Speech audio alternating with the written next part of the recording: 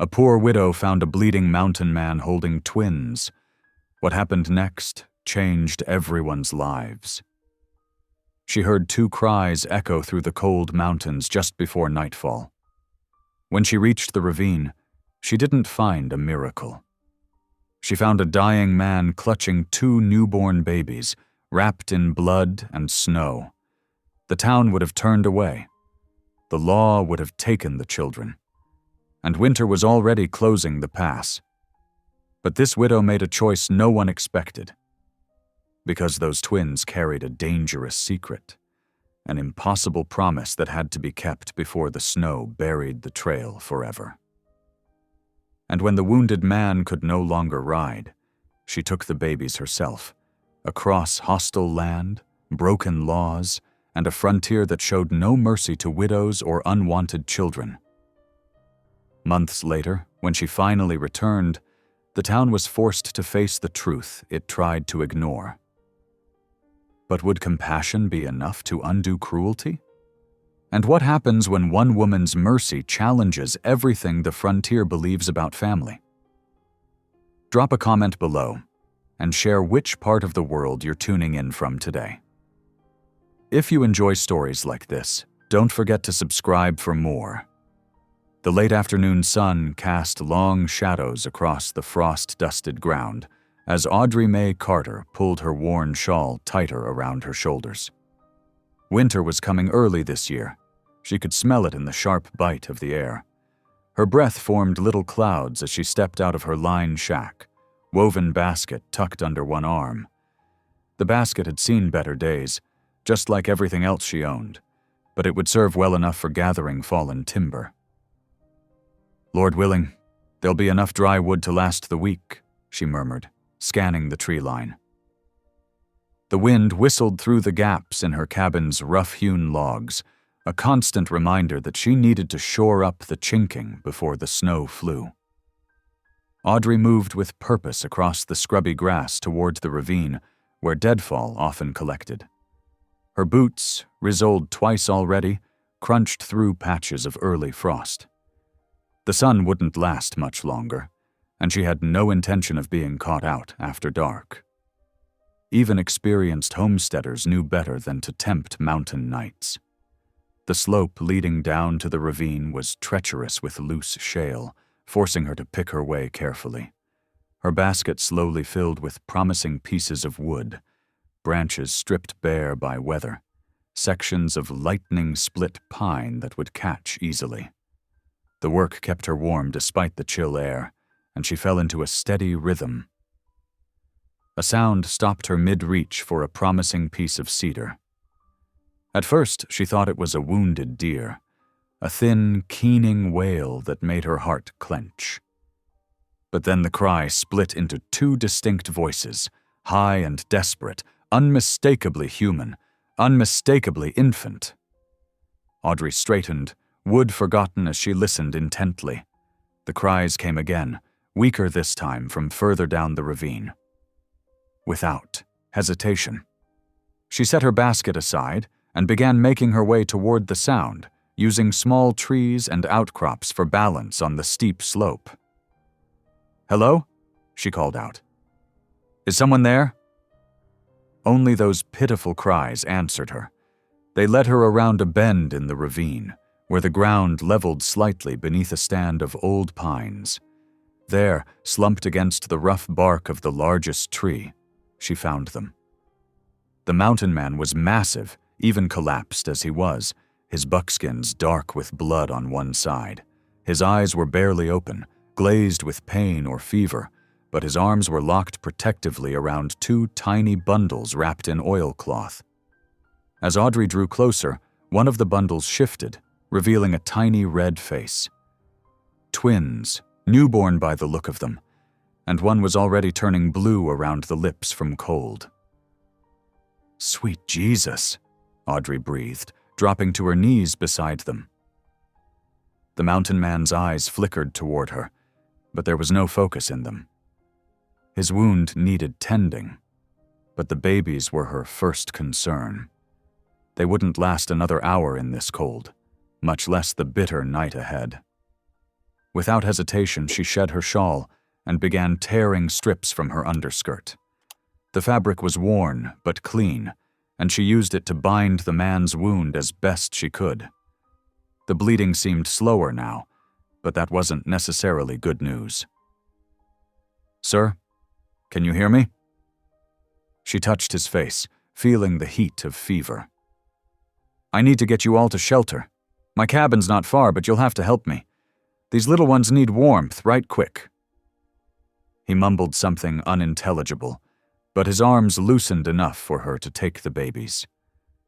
Audrey unbuttoned her coat with shaking fingers and tucked them inside, against her chest. Their small bodies felt like ice, but they were still crying. And crying meant living. Getting the mountain man to his feet was like trying to shift a fallen tree. He was barely conscious, but some deep instinct seemed to make him respond to her urgent tone. She wedged herself under his uninjured side, and together they managed to get him standing, though he swayed dangerously.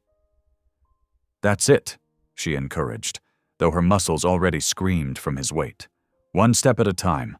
The good Lord didn't lead me to you just to lose you now." The journey back up the ravine was a nightmare of stumbling steps and desperate prayer. Every foot of elevation gained was a battle. The babies had gone quiet against her chest. Whether from the warmth or something worse, she couldn't spare the attention to check. All her focus was on keeping the mountain man moving, keeping them all upright as the light faded around them. Sweat froze on her face despite her exertion. The man's breathing grew more labored with each step, and twice he nearly took them both down when his legs buckled. But Audrey's stubborn streak ran deep as a mountain stream, and she refused to let any of them die in the gathering dark. "Almost there," she panted, though her own strength was failing. "See that light yonder? That's home. Just a little further." The single window of her line shack glowed like a beacon through the trees, the lamp she'd left burning a promise of warmth and shelter. But the last 100 yards proved the hardest. The mountain man was moving mostly on her strength now, his head lolling. The twins stirred weakly against her chest, their small movements spurring her on when her legs wanted to fold. Finally, her hand found the rough wood of her cabin wall. She fumbled with the latch, shouldered the door open, and half-dragged, half-guided her burden inside. The mountain man collapsed onto her narrow bed before she could ease him down, the frame creaking ominously under his weight. Audrey's first priority was the babies. She carefully unbuttoned her coat, heart in her throat until she saw them both moving, faces pinked up from her body heat. "There now," she whispered, gathering clean blankets from her trunk. "Let's get you proper wrapped and warm." The cabin was barely big enough for her alone, with just the bed, a small table, 2 chairs, and the pot-bellied stove that served for both heating and cooking. But right now it felt like a palace, with its sturdy walls holding back the killing cold.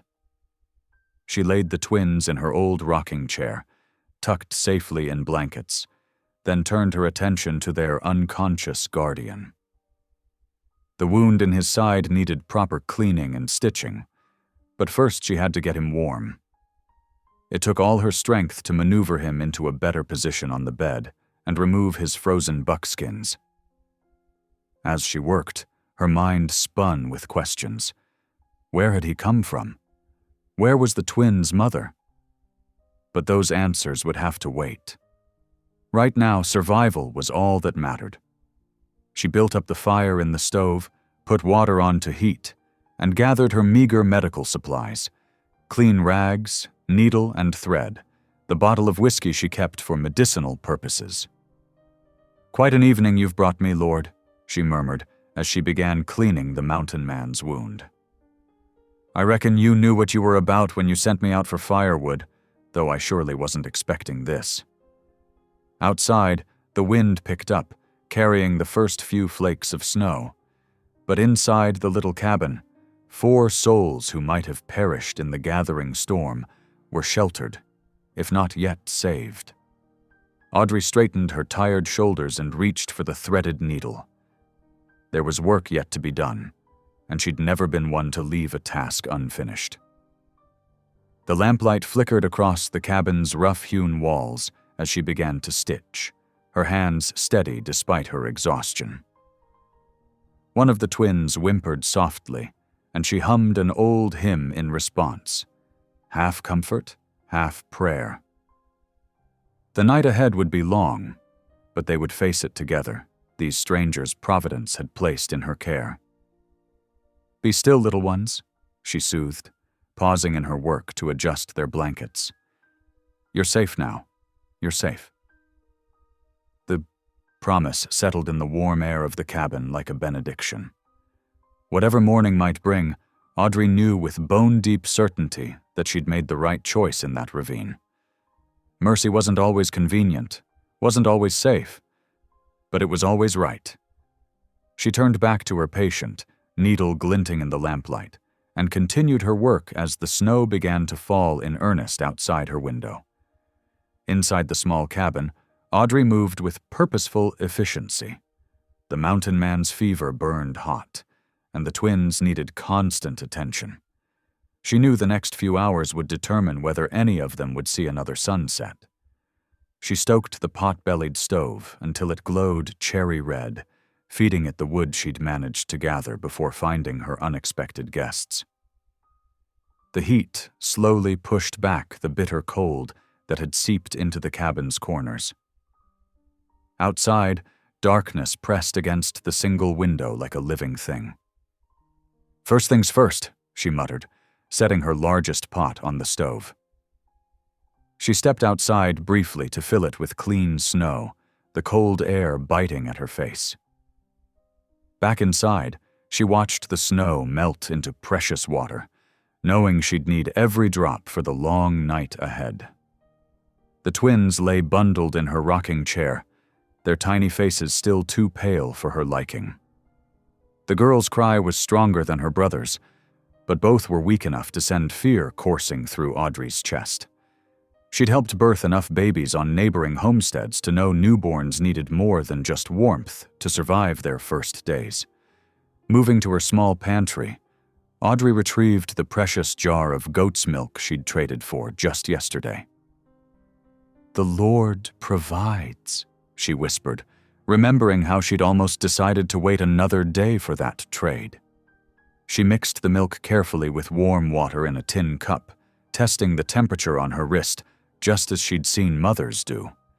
Using a clean rag as a makeshift nursing cloth, she fed first one baby, then the other. They suckled weakly, but they did suckle. "That's it, little ones. Just a bit more." The girl took more than her brother, but both managed enough to ease Audrey's immediate fears. With the babies temporarily settled, she turned her attention to their unconscious guardian. His wound was ugly, a bullet hole that had gone clean through his side, but infection had set in. The flesh around it was angry red and hot to the touch. Audrey had seen wounds like this before, during the war when injured soldiers sometimes found their way to remote homesteads. She went to her trunk and pulled out the wooden box that held her husband's old bandages. Thomas had been gone 3 years now, taken by the fever that swept through the territory, but she'd kept his things neat and clean. The bandages were still good, and she sent up a silent thank you to her practical husband for always insisting on having extra medical supplies on hand. "This is going to hurt, Mr. Pike," she said to the unconscious man, though she doubted he could hear her. "But it needs doing." Using the heated water and the cleanest rags she had, Audrey began washing the wound. The man moaned but didn't wake, which was probably a blessing. She worked methodically, the way the army doctor had shown her during the war. Clean the wound, drain the infection, pack it with the herbs she'd dried last summer, yarrow for bleeding, echinacea for infection. The bullet had gone straight through, which was good, No metal to dig out. But the path it had torn through flesh was angry and swollen. Audrey cleaned both entry and exit wounds thoroughly, then wrapped them with fresh bandages. It was the best she could do until morning. Throughout the night, she moved between her 3 patients like a pendulum. Every 2 hours, she fed the twins their weakened goat's milk, praying it would be enough to keep them alive until she could find a better solution. Between feedings, she changed the mountain man's bandages and bathed his face with cool cloths to fight the fever. Near midnight, as she was wiping sweat from his brow, his eyes flickered open. They were fever-bright, but focused on her face. "The babies," he rasped, trying to lift his head. "Are they?" "They're right here," Audrey soothed, gesturing to the rocking chair where the twins slept. "They're alive and warming up proper. Now lie still before you start bleeding again." "Waylon Pike," he managed, his voice barely above a whisper. "My name's Waylon Pike." "I'm Audrey Mae Carter," she replied, but he had already slipped back into unconsciousness. The hours crept by like molasses in winter. Audrey kept the fire fed, the babies fed, and Mr. Pike's fever watched. Her own exhaustion grew with each passing hour, but she didn't dare sleep. Too much could go wrong too quickly with newborns and fever victims. She had time to think as she rocked the babies and changed bandages. The town of Wheatfield lay just 4 miles down the valley, close enough to reach in good weather, far enough to be deadly in a storm. And while there was a doctor there, along with supplies she desperately needed, she knew how the town viewed her.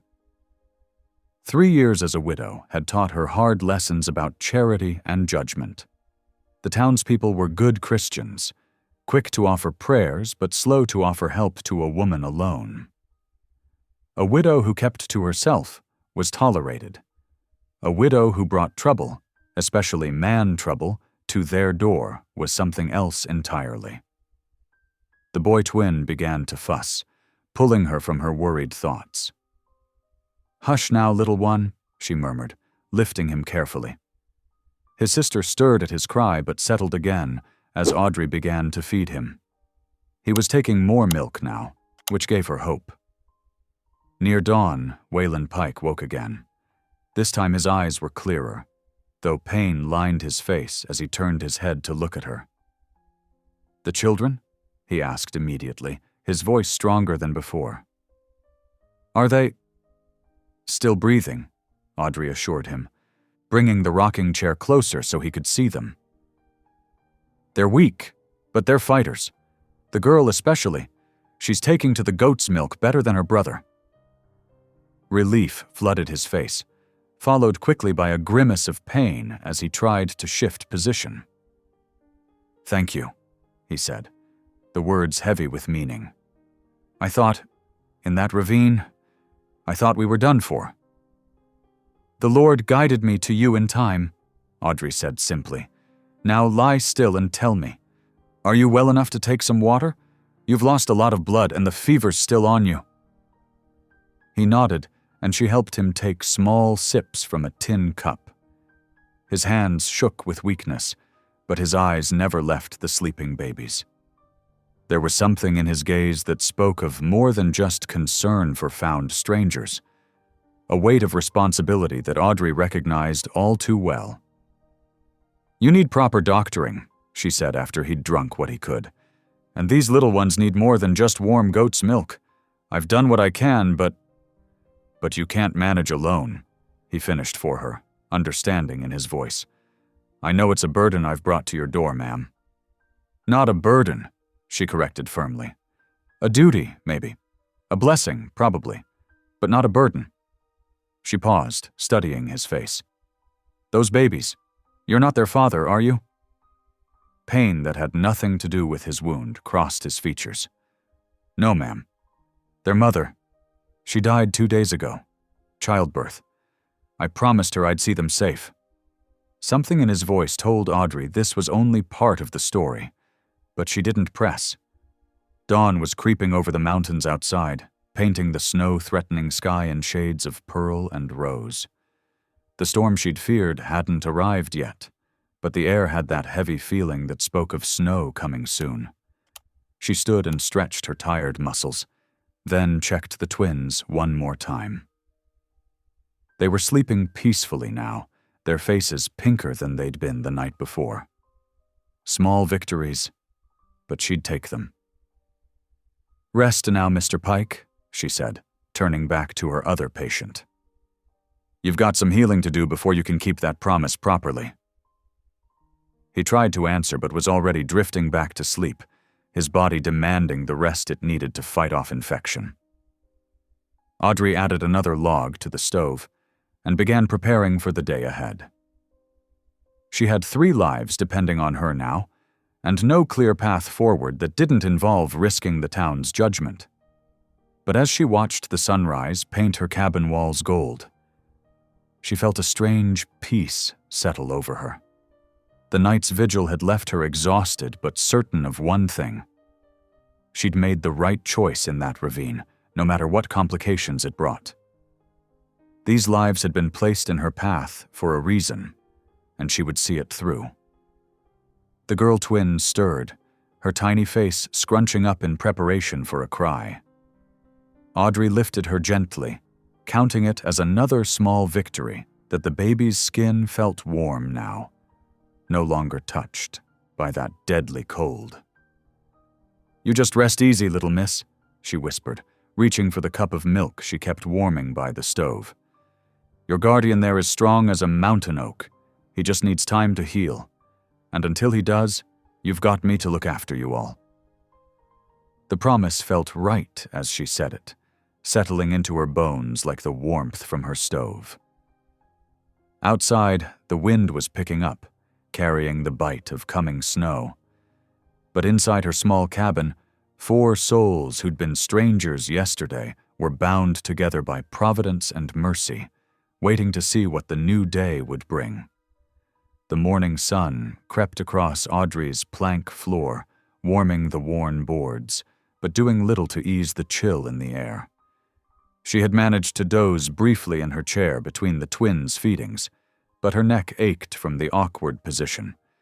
The babies were sleeping again, swaddled tight in the cleanest linens she could find.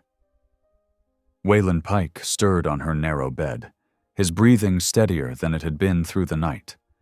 The fever had broken just before dawn, leaving him weak but clearer-eyed. Now he watched her as she prepared a thin porridge over the stove. "Ma'am," he said, his voice rough but stronger. "I reckon I owe you more than just thanks for what you've done." Audrey brought him a cup of water first, helping him sit up against the headboard. "Start with drinking this," she said. "Then we can talk about owing." He drank carefully, then accepted a small bowl of the porridge. His hands shook less than before, but she could see the effort it took for him to manage the spoon. "Those babies," she said quietly, settling back in her chair. "I think it's time you told me their story." Waylon set the half-empty bowl aside, his expression growing heavy. 2 days ago, I was guiding a small party through Black Hawk Pass. Woman named Sarah Whitaker. She was already in labor when I found them. Her husband was dead, killed in a river crossing weeks back. He paused, pain crossing his features. She knew she wasn't going to make it. Lost too much blood bringing them into the world. Audrey glanced at the sleeping twins, their tiny faces peaceful. "She made you promise something." "Yes'm." Waylon's hands clenched in the blanket. "Made me swear on my soul I'd get them to Bitter Creek Agency before the winter cutoff. Said they had kin there who'd claim them proper, but only if they were registered in time." He met Audrey's eyes. "You know what happens to orphans out here if they're not claimed legal." She did know. The county placement laws were meant to protect abandoned children, but they often tore families apart instead.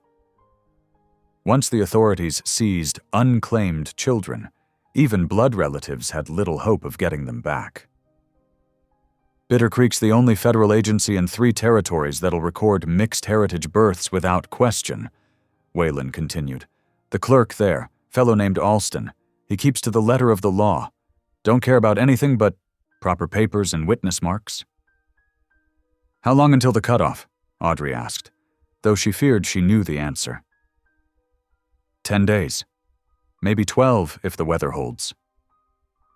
He gestured to the window, where heavy clouds were already building along the peaks. But it won't hold. Storm's coming that'll close those passes till spring. Audrey stood and paced to the window, her mind working. And if you don't make it before the cutoff? County'll come for them as soon as word gets out. They're already watching for unclaimed births. His voice hardened. I've seen what happens in those county homes, ma'am. These little ones deserve better than that. As if on cue, one of the twins, the boy, began to fuss. Audrey lifted him gently, checking his swaddling. They're getting stronger, she said, but they're still too fragile for hard travel. She turned back to Whalen. And you're in no state to... She broke off as he tried to prove her wrong, attempting to swing his legs off the bed. He made it halfway before the color drained from his face, and he slumped back, breathing hard. The wound's worse, she said, not unkindly. Infection's set deep. You try to ride now, it'll kill you. Silence filled the cabin, broken only by the baby's soft noises as Audrey rocked him. Outside, the wind was picking up, rattling the shutters. The clouds along the peaks were darker now, heavy with coming snow. Whalen stared at the ceiling, his jaw tight. I swore an oath, he said finally. Gave my word to a dying woman. Yes, Audrey said quietly, but you're not the only one who can keep it. His eyes snapped to her face.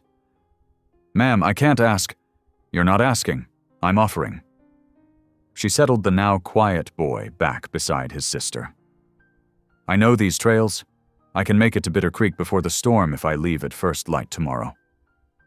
It's 3 days hard riding through disputed territory, Whalen protested. Rail companies have hired guns watching those passes. That's how I caught this bullet.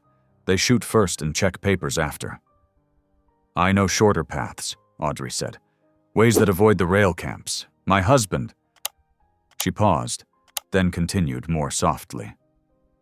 Thomas knew every trail in these mountains, taught me most of them before he passed. Even if you make it through? Whalen struggled to sit up straighter. The agency clerk won't just take your word about their heritage. He'll need proof of parentage, witness marks. Then you'll write out everything you know, Audrey said firmly. Every detail about their mother, where you found them, what she told you. Sign it proper as a dying declaration. The law still respects those, even out here. She moved to her small desk and took out paper, pen, and ink. I'll witness your statement. Between that and my own affidavit about finding you, it should be enough for Mr. Alston to at least record their existence. That's all we need, just to get them in the books before the cutoff. Whalen was quiet for a long moment, studying her face.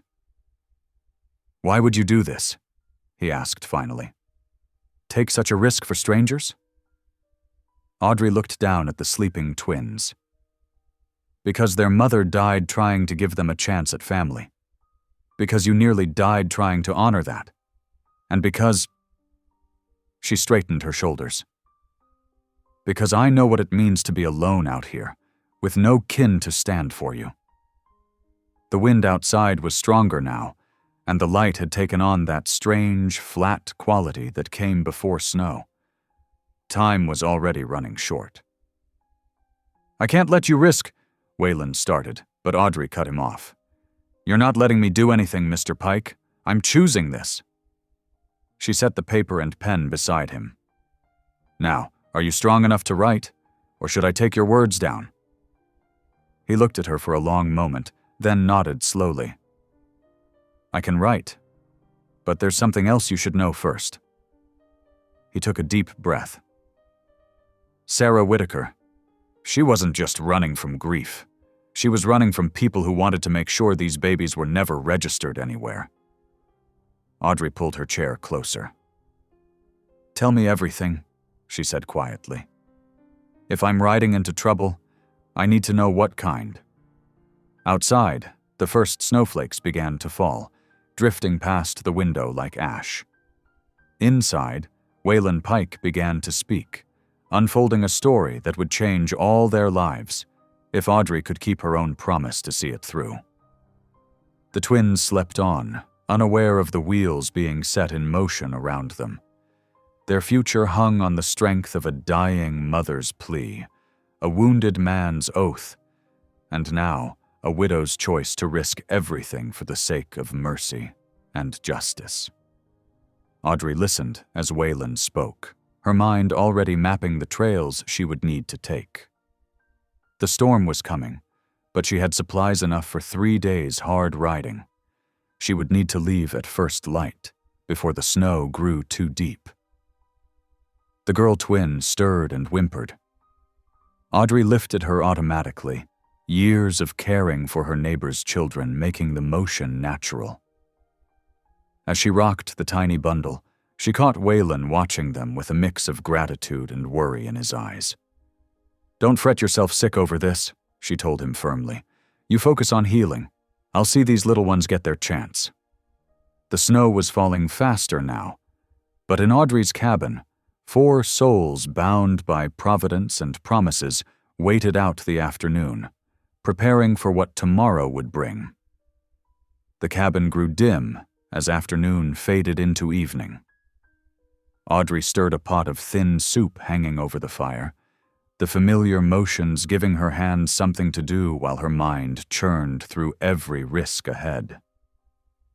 The twins slept peacefully in their makeshift cradle, a drawer padded with blankets, while Waylon dozed fitfully on her bed, his fever finally breaking. She ladled the soup into 2 tin cups, setting one aside to cool. The meager portions reminded her of how little she had to offer. No money beyond what she'd scraped together selling eggs and goat's milk. No standing in the community since Thomas died. No protection on the dangerous trails ahead. The thought of the journey made her stomach clench, but she forced herself to sip the bland broth. "Ma'am?" Waylon's voice was stronger now, though still rough with pain. "You need to let me make this right." Audrey turned, finding him struggling to sit up. "You should rest," she said, but brought him the cooling soup anyway. "Listen." He took the cup with trembling hands. "Once I'm healed enough to ride, I can turn myself into Marshal Cole, tell him everything about Sarah, the twins' mother, make it all legal and proper." "And then what?" Audrey asked quietly. "The county takes the babies while the marshal sorts out your story? Ships them off to separate homes before anyone can prove their heritage? At least they'd be safe." Waylon stared into his cup. "Better than risking their lives, and yours, trying to outrun the law." Audrey set her own soup aside, untasted. "You don't understand," she said. "I've already watched one life slip away because I let other people decide what I deserved." She moved to the window, where snow was falling steadily now. "When Thomas took sick last winter, the town doctor was too busy with paying patients to ride out here. Said a widow with no money had no claim on his time." Her voice hardened. "I watched my husband die by inches while proper folks decided whose lives were worth saving." "I'm sorry," Waylon said softly, "but that's exactly why you shouldn't." "That's exactly why I must." Audrey turned back to face him. "I will not lose 2 more lives by doing nothing. Not when I can act." The twins stirred, one making small, hungry sounds. Audrey lifted the girl, settling into her rocking chair to feed her goat's milk from a cloth wick. The familiar motion steadied her racing thoughts. "Before dawn," she said finally. "I'll take them myself." "Ma'am, please." Waylon tried to rise but fell back, grimacing. The trail to Bitter Creek is no place for a lone woman, especially with babies. There's outlaws, rail company men, weather that can turn deadly in minutes. Danger has never asked my permission before, Audrey cut in, her voice level.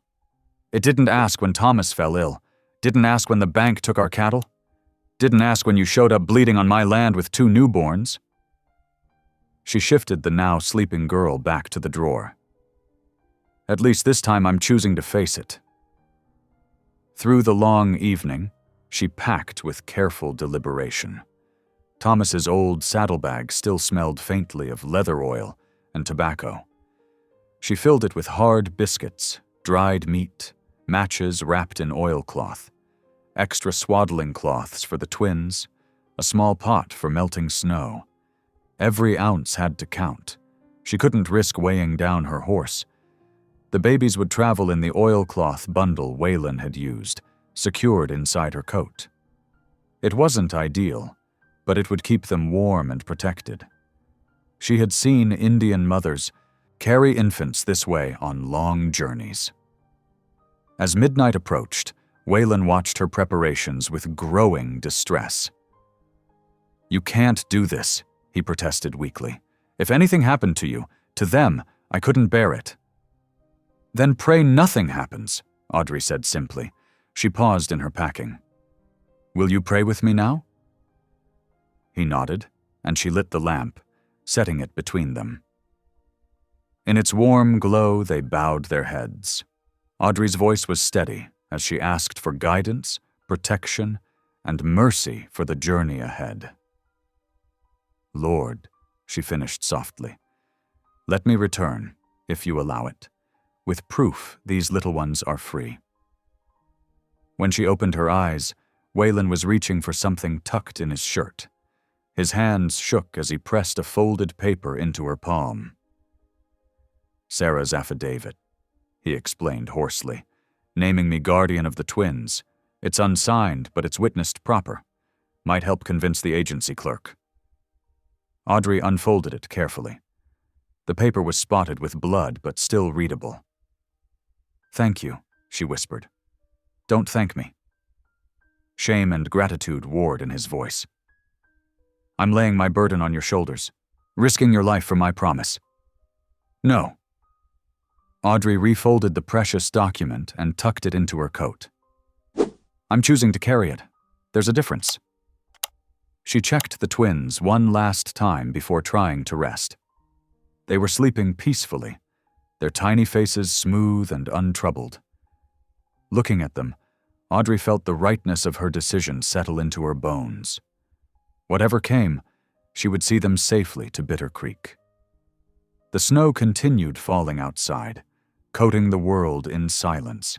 Inside the cabin, 4 souls waited for dawn, 1 sleeping in fever dreams, 2 sleeping in innocence, and 1 lying awake, counting the hours until she must rise and face whatever lay ahead on the trail to freedom. Audrey watched the twins breathe, their small chests rising and falling in perfect rhythm. They were so fragile, so dependent on the mercy of others. Yet they had already survived against impossible odds. Perhaps they would help her survive too. She touched each tiny hand, marveling at the perfect fingers. "Sleep well, little ones," she whispered. "Tomorrow we ride." The lamp burned low as midnight deepened toward morning.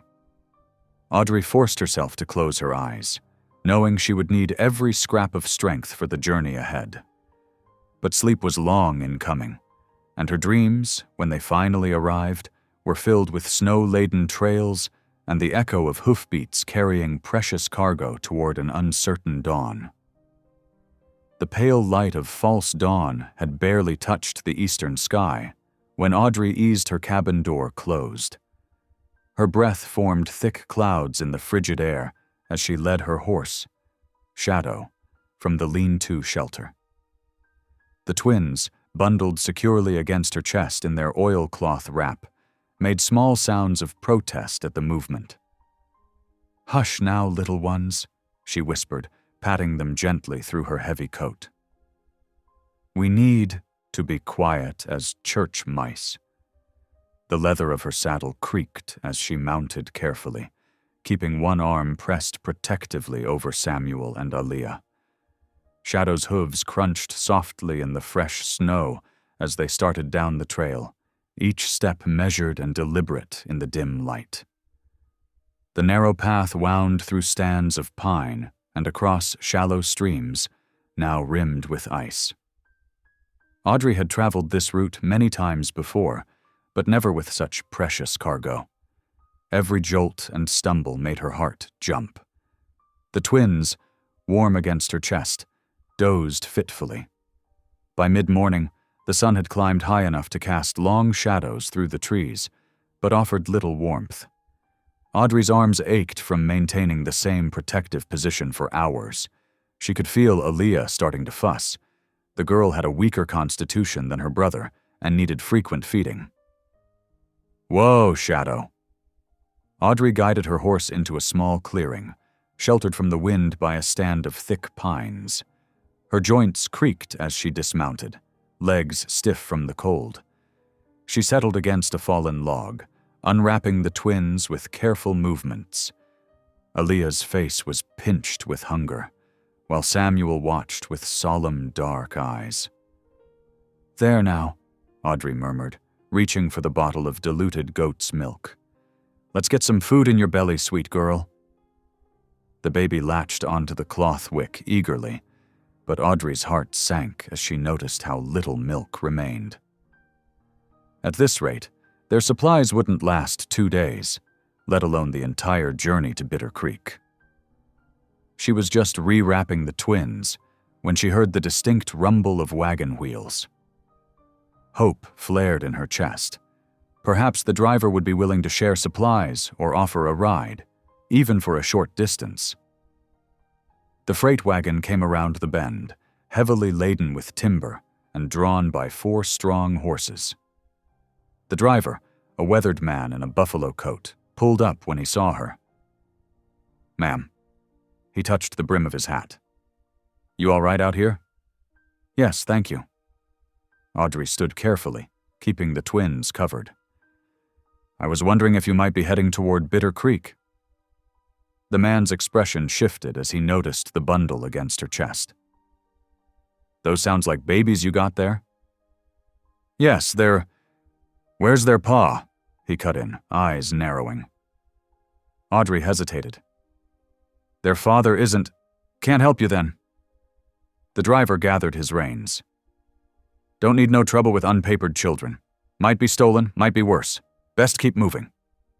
"Please," Audrey started, but the wagon was already rolling past, wheels crunching through the snow. She watched it disappear around the next bend, fighting back tears of frustration. The wind picked up as afternoon wore on, carrying the sharp bite of approaching snow. Audrey's fingers had gone numb despite her wool gloves, and the twins were growing restless. Samuel started a thin wail that threatened to set his sister off as well. Through the trees, Audrey spotted smoke rising from a small cabin. A trapper's home, by the look of the stretched furs hanging outside. She hesitated only briefly before turning Shadow toward it. A woman answered her knock, thin-faced but kind-looking, with a patched apron and flour-dusted hands. "Land sakes, child," she exclaimed, taking in Audrey's snow-covered form and the crying bundle. "Come in before you freeze." The cabin's warmth hit Audrey like a physical force. The woman, who introduced herself as Martha, took one look at the hungry twins and bustled to her cupboard. "Got some fresh goat's milk," she said, reaching for a flask. "Just strained it this morning." "I can pay," Audrey started, but Martha waved her off. "Don't talk foolishness. Them babies need—" She stopped as Audrey pulled off her glove, revealing the gold band that had been Thomas's last gift to her. "Please," Audrey said quietly, "I can trade this. For the milk? And maybe a warm wrap for the little ones?" Martha's eyes softened with understanding. "Your wedding ring?" "No, child, I couldn't." It's all I have of value, Audrey insisted, and it won't keep these babies alive. Please. After a long moment, Martha nodded. She disappeared into the back room and returned with a thick wool wrap, soft with age but clean and warm. My youngest is grown now, she said, handling Audrey the blanket and flask. This kept all 5 of mine warm through their first winters. Audrey slipped the ring from her finger, feeling the weight of it one last time before placing it in Martha's worn palm. Thank you, she whispered. God go with you, Martha replied softly. She pressed a small package of dried apples into Audrey's hands as well. Whatever brings you out in such weather with these little ones, I reckon it must be needful. The light was failing by the time Audrey found a suitable camp spot, a natural cut in the rocky hillside, sheltered from the wind on 3 sides. She gathered what dry wood she could find and built a small fire, though she knew she couldn't risk keeping it going all night. The twins, wrapped in their new wool blanket, seemed more settled. The fresh milk had filled their bellies, and the wrap was indeed warmer than anything Audrey had been able to provide before. Still, the temperature was dropping rapidly as night fell. The first howl echoed across the valley just after sunset. Audrey's hand went to the rifle at her side, though she knew wolves rarely attacked humans. Still, the sound sent primitive shivers down her spine. Another howl answered the first, closer this time. Shadow stamped nervously where Audrey had tied him near the fire. Through the gathering darkness, she could see shapes moving at the edge of the firelight, gray shadows circling with patient hunger. Audrey fed a few more precious sticks to the fire, trying to make it last. The twins stirred restlessly, perhaps sensing her tension. She began to rock them gently, and without conscious thought, found herself singing the hymn her mother had sung during the drought years, when the crops failed and hope seemed as scarce as rain. Be still, my soul. The Lord is on thy side. Her voice was rough with cold and fear, but she kept singing, the familiar words offering comfort. Bear patiently the cross of grief or pain. Leave to thy God to order and provide. In every change he faithful will remain. Through the long hours of darkness, Audrey rocked and sang, watching the wolf shadows pace. Sometimes they drew close enough that she could see their eyes reflecting the dying firelight. But they never approached the camp directly, and eventually their howls grew more distant. Still, she didn't dare sleep. She kept the twins warm through constant motion, walking careful circles in their sheltered space, when her arms grew too tired to rock. She sang every hymn she knew, then started over again. Samuel and Aaliyah slept peacefully against her chest, their breathing synchronized in the way of twins. Audrey marveled at their trust, their complete dependence on her protection. The weight of her wedding ring was gone from her hand, but a different weight had settled in its place, the weight of responsibility for these 2 precious lives. As the night deepened toward dawn, Audrey's voice grew hoarse, but she kept singing her mother's hymn. The words felt different now, carrying new meaning as she cradled another woman's children through the dangerous dark. Be still, my soul, thy best, thy heavenly friend, through thorny ways leads to a joyful end. The eastern sky was just beginning to lighten when the last wolf howl faded into silence. Audrey's legs trembled with exhaustion, and her arms felt leaden, but she had kept her charges alive through the night. She touched each small head gently, checking their temperature and breathing. We made it, little ones, she whispered. We made it through. The first rays of sun began to pierce the morning mist, promising another day of hard travel ahead. But for now, Audrey simply held the twins close, watching the darkness retreat and feeling the precious weight of their lives against her heart. a fair trade for any ring of gold. The second morning dawned bitter cold, with ice crystals forming on Shadow's mane and the twins' breath visible in tiny puffs against Audrey's chest. She had managed perhaps 2 hours of sleep, dozing upright against a boulder while holding Samuel and Aaliyah close. Her muscles protested as she pushed herself to her feet, but there was no time to coddle stiffness. The sun was already climbing, and they needed to make miles before the weather turned again. The terrain grew steadily more challenging as they pressed on. The relatively gentle slopes of yesterday gave way to rocky switchbacks and narrow passages between towering cliffs. Shadow picked his way carefully, but progress was achingly slow. Audrey had to dismount frequently to lead him through particularly treacherous stretches, the twins secured against her in a makeshift sling fashioned from Martha's wool wrap. Near mid-morning, they reached a creek crossing that gave Audrey pause. The water ran swift and dark between icy banks, and the usual ford was partially obscured by early winter debris. She tested the depth carefully with a branch before attempting to cross, leading Shadow by his reins. The water wasn't deep, but it was bitterly cold. Halfway across, Audrey felt her left boot suddenly give way, water seeping through to her sock. She managed to reach the far bank before examining the damage. The sole had split nearly half its length, probably from the constant wet and cold. She bound it as best she could with a strip torn from her petticoat, but the repair wouldn't last long. "Just one more thing," she murmured to the twins, who were beginning to fuss for their mid-morning feeding. "But we won't let it stop us, will we?" The wind picked up as the day wore on, carrying an edge that cut straight through Audrey's worn coat. Her damaged boots slowed their pace considerably. She had to stop every hour or so to re-tie the makeshift binding, and the constant seepage of cold water left her foot nearly numb.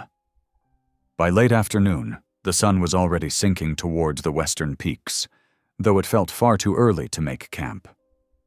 Audrey was searching for suitable shelter when she noticed the first signs: a recently cleared patch of ground, still showing traces of campfire ash. Nearby, she spotted broken branches that had been deliberately stacked, then apparently abandoned. Her first instinct was wariness. Any stranger could be a threat out here. But as she studied the site more carefully, she noted other details. The fire pit had been carefully ringed with stones. Small offerings of tobacco had been left at the base of 2 ancient pines. These were not the signs of bandits or desperate men. Still, she saw no people, heard no movement beyond the wind in the trees. After a moment's consideration, she decided to make camp nearby, close enough to share the natural shelter of the hollow, but far enough to show respect for the space others had claimed first. The twins were especially hungry that evening, perhaps sensing the dropping temperature. Audrey portioned out their remaining milk with careful precision, trying not to think about how few feedings were left.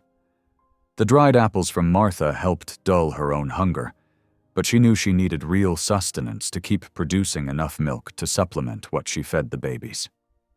As darkness fell, snow began drifting down in small, dry flakes. Audrey built her fire with shaking hands, placing each piece of precious dry wood with care. The twins, finally fed and changed, dozed fitfully against her chest. She had just begun her nightly ritual of singing to them when she noticed something that made her breath catch. There, at the edge of her fire's circle of light, sat a small bundle wrapped in clean deerskin. She hadn't heard anyone approach. Looking around quickly, she saw nothing but shadows and falling snow.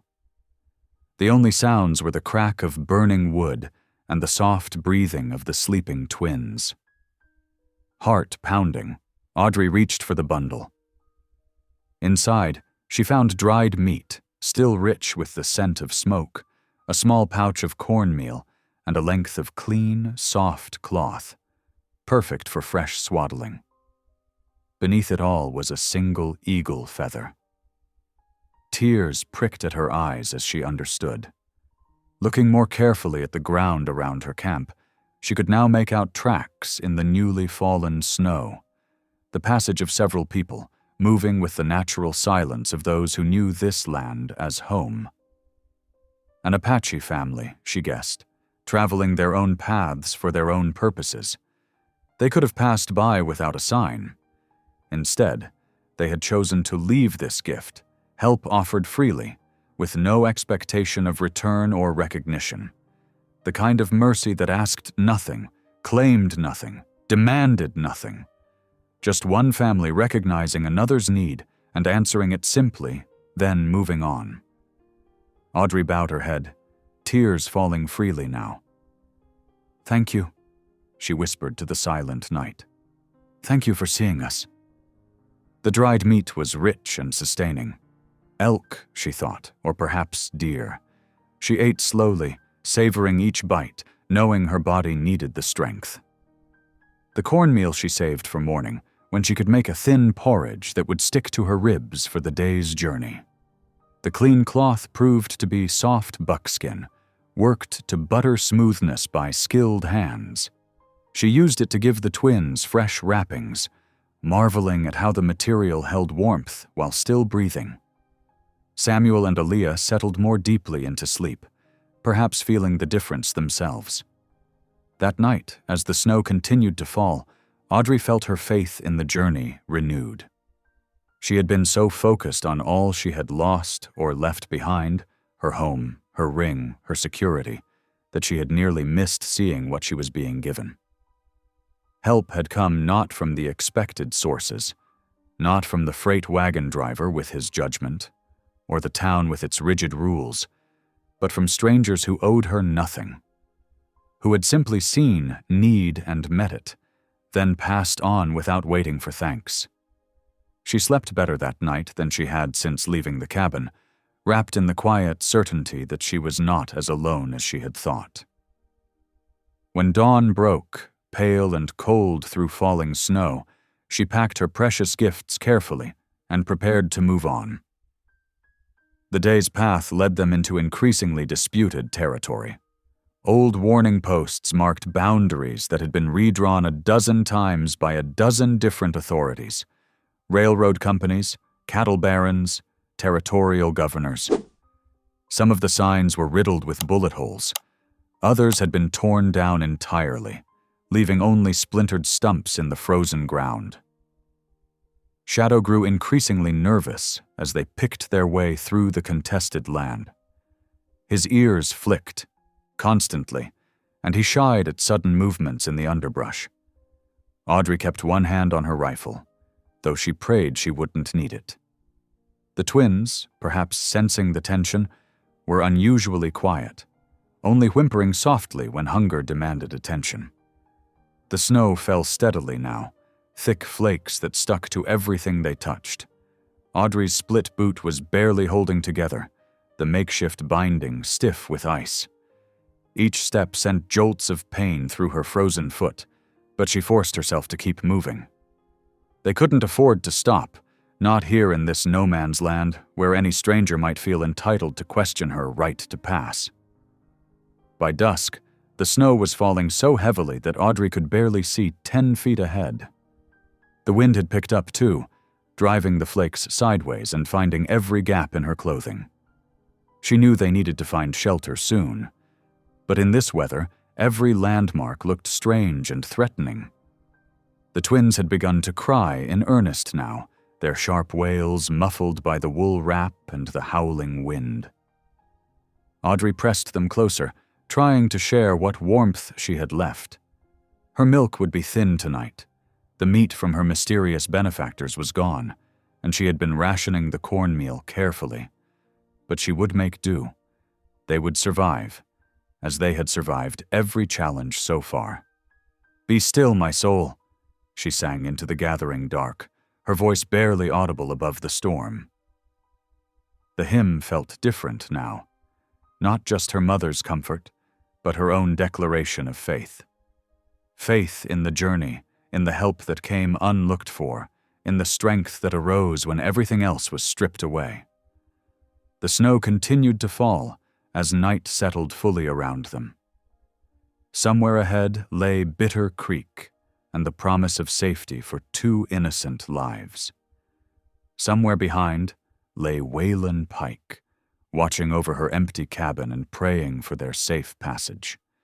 And all around her, invisible but present, lay the web of mercy that had carried them this far, a trapper's wife with her warm wool wrap, an Apache family with their silent gifts, and whatever other helps might yet await on the trail ahead.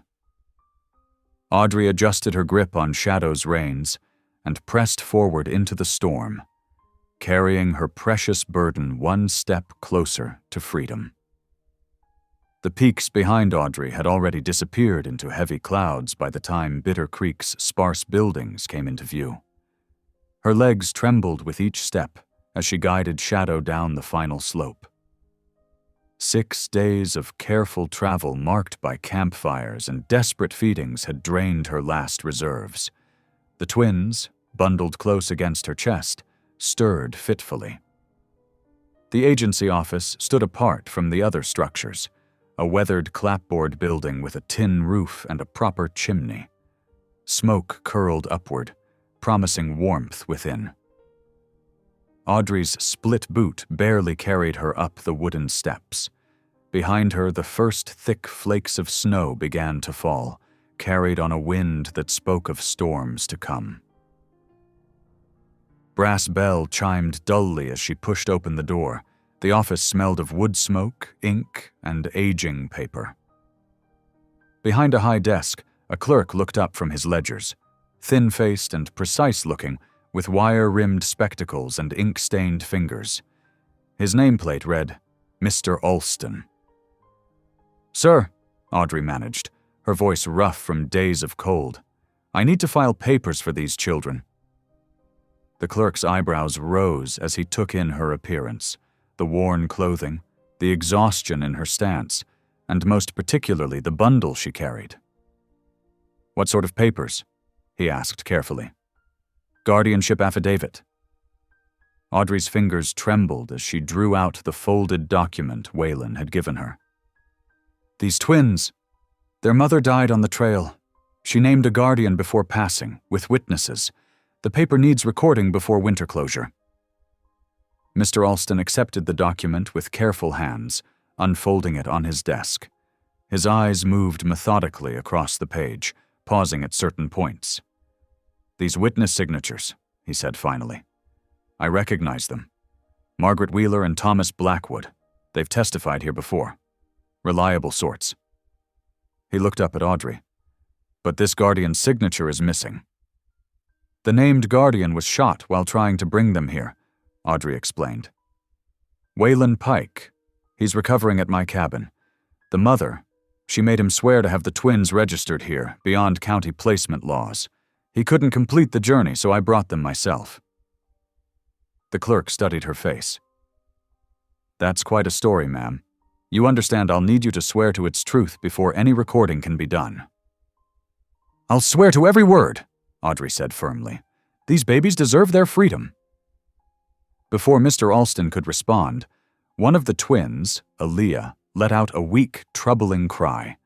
When Audrey shifted the blankets to check on her, she found the infant's face flushed with fever, her breathing labored.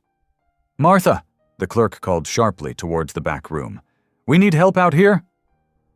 A woman appeared quickly, short and solid, with kind eyes and capable hands.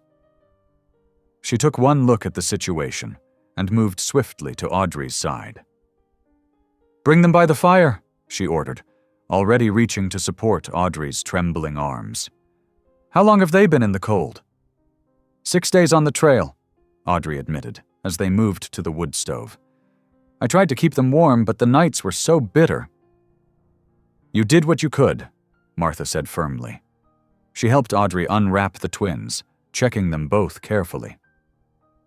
Samuel seemed stable, but Aaliyah's fever was climbing. "Henry," she called to her husband, "fetch my medicine chest and clear the back room. These babies need proper shelter tonight." Mr. Alston hesitated only briefly before nodding. The filing can wait until morning, he decided. Get them warm first. The next hours passed in a blur of activity. Martha mixed poultices of mustard and herbs, showing Audrey how to apply them to Aaliyah's chest. They took turns walking the feverish infant, keeping her upright to ease her breathing while Samuel slept nearby in a borrowed cradle. Outside, snow fell steadily, building drifts against the windows. "Your timing was close," Martha commented, as she helped Audrey prepare more fresh poultices. "The high pass will be closed by morning. Another day and you wouldn't have made it through." Audrey's hands shook as she crushed herbs. "I couldn't let the county take them," she said quietly. "They deserve better than that." Martha's eyes softened with understanding. "You carried them all this way alone?" "Not alone," Audrey corrected, thinking of the Apache family's gift, the trapper's wife's wool wrap, and Waylon's trust. God sent help along the way. Through the night, they fought Aaliyah's fever. The infant's breathing remained labored, her small body burning despite their efforts. Audrey prayed continuously as she paced, remembering her promise to return to Waylon. She couldn't leave until both twins were safe, truly safe, in body as well as law. Morning brought heavy snow and no improvement in Aaliyah's condition. Mr. Alston found Audrey by the stove, still walking the sick infant. "I can take your sworn statement now," he offered quietly. "Get the paperwork started at least." Audrey nodded gratefully. With Martha holding Aaliyah, she raised her right hand and swore to the truth of her testimony. The mother's death, Waylon's promise, the ambush that wounded him, and her own journey to fulfill the obligation. The clerk recorded everything in his precise handwriting, asking careful questions to ensure accuracy. "It will take some days to process fully," he explained, "but I can tell you now, the filing will stand. These children will be recorded as free wards under Mr. Pike's guardianship, beyond county seizure." Tears spilled down Audrey's cheeks at his words. "Thank you," she whispered. "Thank you for believing me." "The evidence supports you," Mr. Alston said simply, "and you've proven your commitment to their welfare beyond any doubt." He glanced at Aaliyah, still flushed with fever in Martha's arms. "Take whatever time you need here. The recording will wait until you can travel safely." Days passed as snow continued to fall outside. Martha proved a patient teacher, showing Audrey new ways to ease fever and congestion. They took turns sleeping so someone was always awake to monitor Aaliyah's breathing. Samuel thrived under the constant care, beginning to show his personality through bright eyes and grasping fingers. Slowly, gradually, Aaliyah's fever began to break. Her breathing eased, and color returned to her tiny face. Still, Audrey waited, knowing how quickly an infant's health could turn.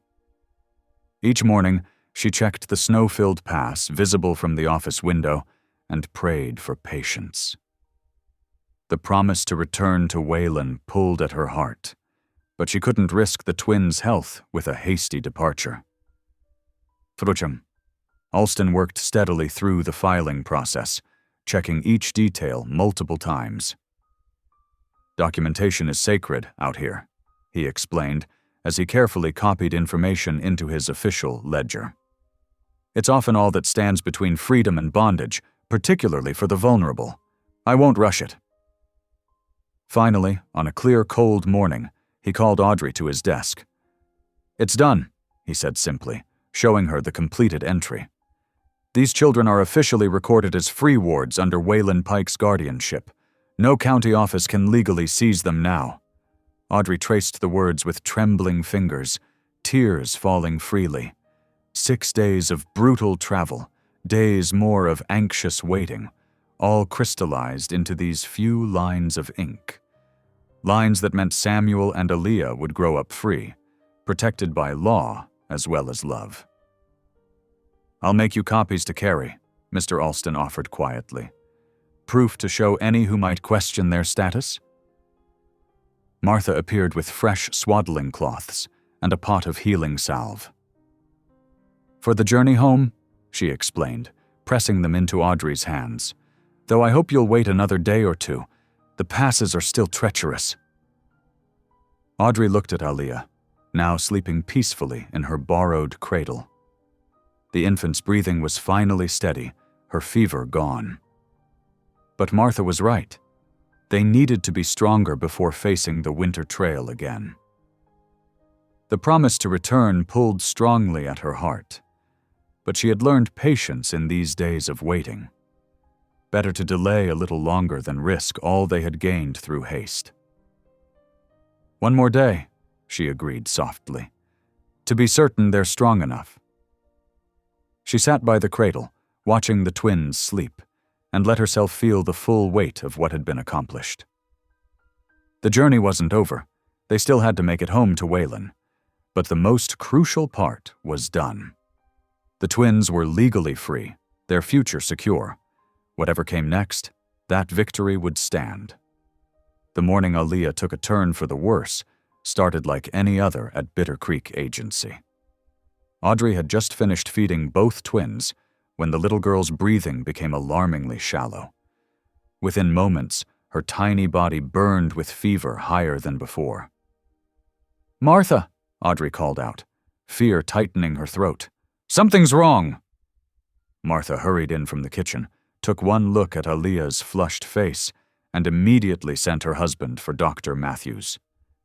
The agency's physician arrived within the hour, his beard crusted with ice from his ride through the bitter cold.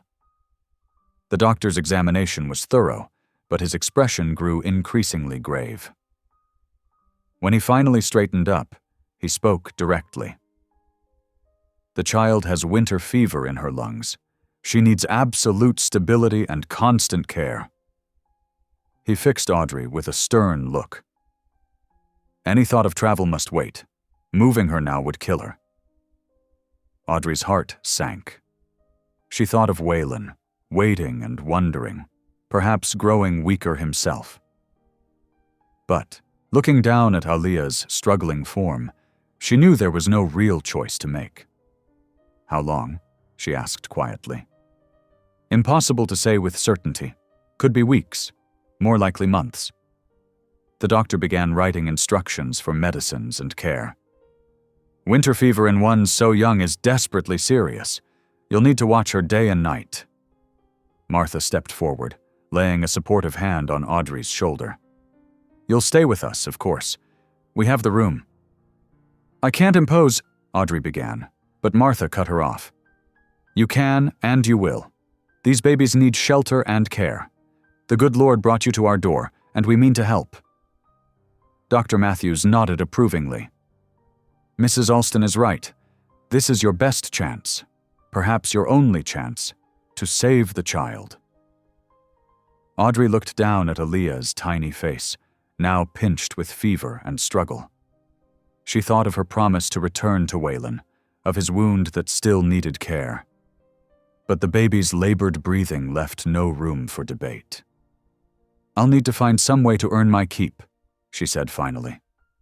"We'll figure that out later," Martha assured her. "For now, let's get this little one comfortable." The next days blurred together in an endless cycle of medicine, feeding, and watchful waiting. Aaliyah's fever raged despite their best efforts. Samuel, thankfully, remained healthy, though he fussed more than usual, as if sensing his twins' distress. When Audrey wasn't directly tending the babies, she threw herself into any work she could find. She took on mending for the agency staff, darning socks and patching shirts with tiny, careful stitches. Her mother had taught her fine needlework, and soon word spread about the quality of her sewing. "You have a real gift," Martha commented one evening, examining Audrey's precise handiwork on a torn shirt. "We could put up a notice. Let folks know you're available for sewing work." Audrey nodded gratefully. And I can help more in the kitchen, too. I may not be the best cook, but I know my way around a stove." True to her word, she took on whatever tasks she could between caring for the twins. She learned to time her cooking and sewing around their feeding schedule, working in short bursts while they slept. The small earnings helped her feel less of a burden, though Martha insisted they needed no payment for the family's shelter. Every few days, Audrey wrote letters to be sent toward town, hoping someone would carry word to Waylon. But winter storms frequently closed the roads, and replies never came. She tried not to imagine the worst, that his wound had worsened, that he thought she had abandoned her promise, that something had happened to prevent him from responding. Instead, she focused on the twins. Samuel grew stronger daily, his personality emerging in bright smiles and curious, grabbing hands. Aaliyah's progress was slower, marked by small victories and frightening setbacks. Some nights, Audrey barely slept, keeping constant vigil as the baby fought, for every breath. "You need to rest too," Martha urged one morning, finding Audrey still awake after another sleepless night. "You're growing too thin." It was true. Weeks of worry and interrupted sleep had taken their toll. Audrey's dresses hung loose now, and dark circles shadowed her eyes. But she couldn't slow down. The twins needed her, and work was her only distraction from anxiety about Waylon. December settled in with bitter force. Snow piled deep around the agency buildings, and temperatures plunged so low that ice formed on the inside of windows. Audrey took to keeping the twins in the kitchen during the day, where the cooking stove provided steady warmth. She developed a routine of sorts. Mornings were for feeding and basic care, followed by whatever sewing work had come in. She helped Martha with the noon meal, then spent afternoons doing mending while watching over the babies. Evenings were for cooking, and more intensive care for Aaliyah, whose breathing often worsened at night. "You're doing everything right," Dr. Matthews assured her during his weekly visits. "These things simply take time." Time stretched endlessly. Christmas came and went, marked only by a small celebration in the agency kitchen. Martha insisted on hanging stockings for the twins, filling them with soft wool mittens she had knitted in spare moments. January brought the coldest weather yet. Aaliyah developed a frightening cough that rattled her tiny chest. For 3 days and nights, Audrey barely left her side, counting every labored breath and praying for improvement. "I've seen stronger babies lost to less," the doctor admitted quietly when he came to check on her. "It's your dedication keeping her alive." Audrey simply nodded, too exhausted for words. She had stopped counting the days since leaving her cabin, stopped watching the calendar's slow crawl. There was only now, only the next breath, the next feeding, the next small task that kept her moving forward. February arrived with no change in the weather and no word from town. Audrey's fingers grew chapped from washing diapers in cold water, and her back ached from hours of bending over the twins. But gradually, so slowly she almost didn't notice at first, Aaliyah began to improve. The baby's cough eased. Her breathing grew stronger. Her fever, while still present, no longer spiked to dangerous levels. She began to show more interest in feeding, and her crying took on a more robust quality that made Audrey weep with relief. "The worst is past," Dr. Matthews confirmed during a late February visit. "She's still delicate, mind you, but she's fighting her way back." Martha hugged Audrey when she heard the news. "The good Lord answers prayer," she said firmly, "though he sometimes takes his time about it." As February drew to a close, the first hints of thaw appeared. Icicles began to drip during the warmest part of the day. The snowpack settled and compressed. Paths that had been impassable started to show signs of clearing. Audrey watched these changes with mixed emotions. Her whole being yearned to fulfill her promise to Waylon, to discover what had happened during these long months of silence. But the thought of leaving Martha's kindness and support created a hollow ache in her chest. "You'll write to us," Martha insisted, when Audrey finally began to pack her few belongings. "Let us know you've all arrived safely." Audrey hugged the older woman tightly. "I can never repay your kindness." "Nonsense," Martha said briskly, though her eyes were damp. "You've more than earned your keep with work and brought life to this old place with these babies. We'll miss you something fierce." The doctor gave final instructions and additional medicines for the journey. "Travel slowly," he advised. "Stop often to rest and warm them. The girl is stronger now, but she'll need careful watching." Mr. Alston provided fresh copies of all the documentation, including records of the twins' winter illness and care. "So there's no question about where you've been all this time," he explained. Looking in the mirror the night before their planned departure, Audrey hardly recognized herself. Her face was thinner, lined with months of worry. Gray had appeared at her temples that hadn't been there before. She had aged months in weeks, marked by every sleepless night and anxious day. But her eyes held the same determination they had when she first arrived. Her purpose remained intact, strengthened even by the long trial of winter. She had kept these precious lives safe through the worst of the season. Now it was time to complete her promise. That evening, as she nursed the twins by the kitchen fire one last time, Audrey reflected on the choice she had made to stay. It had cost her dearly in time and strength, separating her from Waylon and leaving her to wonder about his fate. But looking down at Aaliyah's peaceful face, now pink with health instead of fever, she knew she would make the same choice again. Some promises, she had learned, could only be kept by breaking others. Sometimes love meant choosing the harder path, accepting separation and risk for the sake of what mattered most.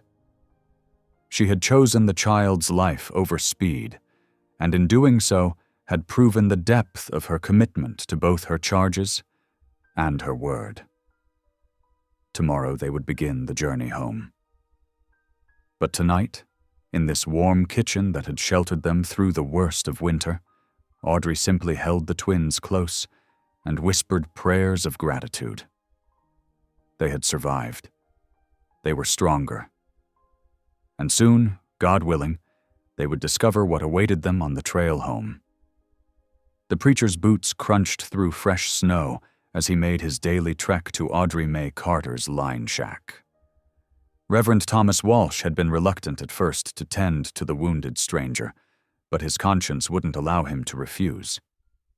The morning sun cast long shadows across the pristine white drifts as he approached the small dwelling. Inside, Waylon Pike lay on Audrey's narrow bed, his fever finally broken but his strength slow to return. The infection had nearly taken him in those first weeks after Audrey's departure.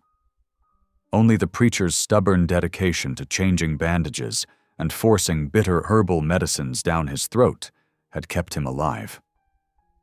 "Morning, Mr. Pike," Reverend Walsh called softly as he entered, stamping snow from his boots. "How are we feeling today?" Waylon's voice came rough with disuse. "Been better. Been worse."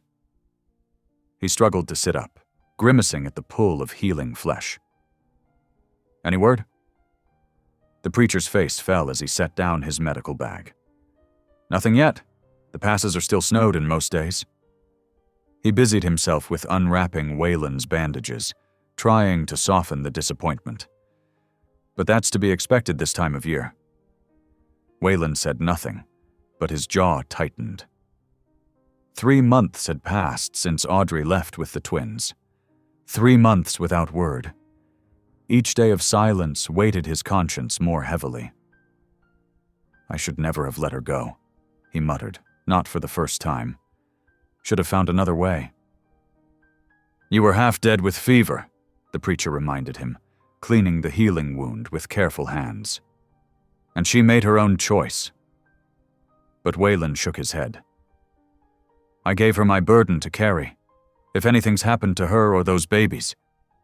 He couldn't finish the thought. Outside, the wind picked up, rattling the cabin's loose boards.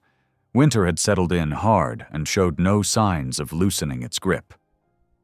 The preacher worked in silence for a few minutes, applying fresh bandages. Town's been talking, he said finally, keeping his tone neutral. Marshal Cole's been asking questions about you, about the twins. Wayland's shoulders tensed. What kind of questions? Where they came from, why you had them, whether there's truth to rumors about stolen children being moved through these parts. The preacher sighed. And about Mrs. Carter's involvement. Stolen children? Wayland's voice held dangerous edge. Those babies were entrusted to me fair and legal. I've got papers to prove it. Papers you sent away with Audrey, the preacher pointed out gently. And 3 months of silence makes folks nervous, makes them wonder. Wayland closed his eyes, pain etching deep lines around his mouth. The preacher was right. It looked bad. A strange man showing up shot, carrying 2 newborns. A widow disappearing with them into winter. No word, no proof, just silence and speculation. Martha Whitaker's been particularly vocal, the preacher continued reluctantly. Says she always knew Audrey May would come to no good, taking up with strange men and stealing babies. That woman's tongue should be registered as a weapon, Wayland growled. But the damage was already done. Word spread quick in small towns, and judgment spread quicker. The preacher had heard the whispers growing darker by the day. Some said Audrey had sold the babies to cover gambling debts. Others claimed she'd run off with a traveling salesman, abandoning both twins and patient. The crueler voices suggested she'd died in the snow, punishment for her unseemly behavior. There's more, the preacher said heavily. Marshal Cole filed notice yesterday, says your land taxes haven't been paid. He's starting proceedings to seize the property. Wayland's face went stark white, then flushed with anger. Those taxes aren't due till spring thaw. He knows that. He says there are special circumstances, given the accusations of child trafficking and your inability to prove otherwise. The preacher spread his hands helplessly. He's using it as leverage to get answers. Answers I can't give him until Audrey returns. Wayland's fist clenched in the blanket. If she returns. The words hung heavy in the cold air. They both knew what 3 months of winter silence usually meant.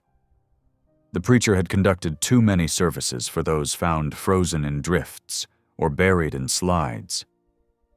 She's strong, he offered, but the words sounded hollow even to him. Strong enough to save my worthless hide, Wayland agreed bitterly. Strong enough to take on a burden that should have been mine, and maybe that strength killed her.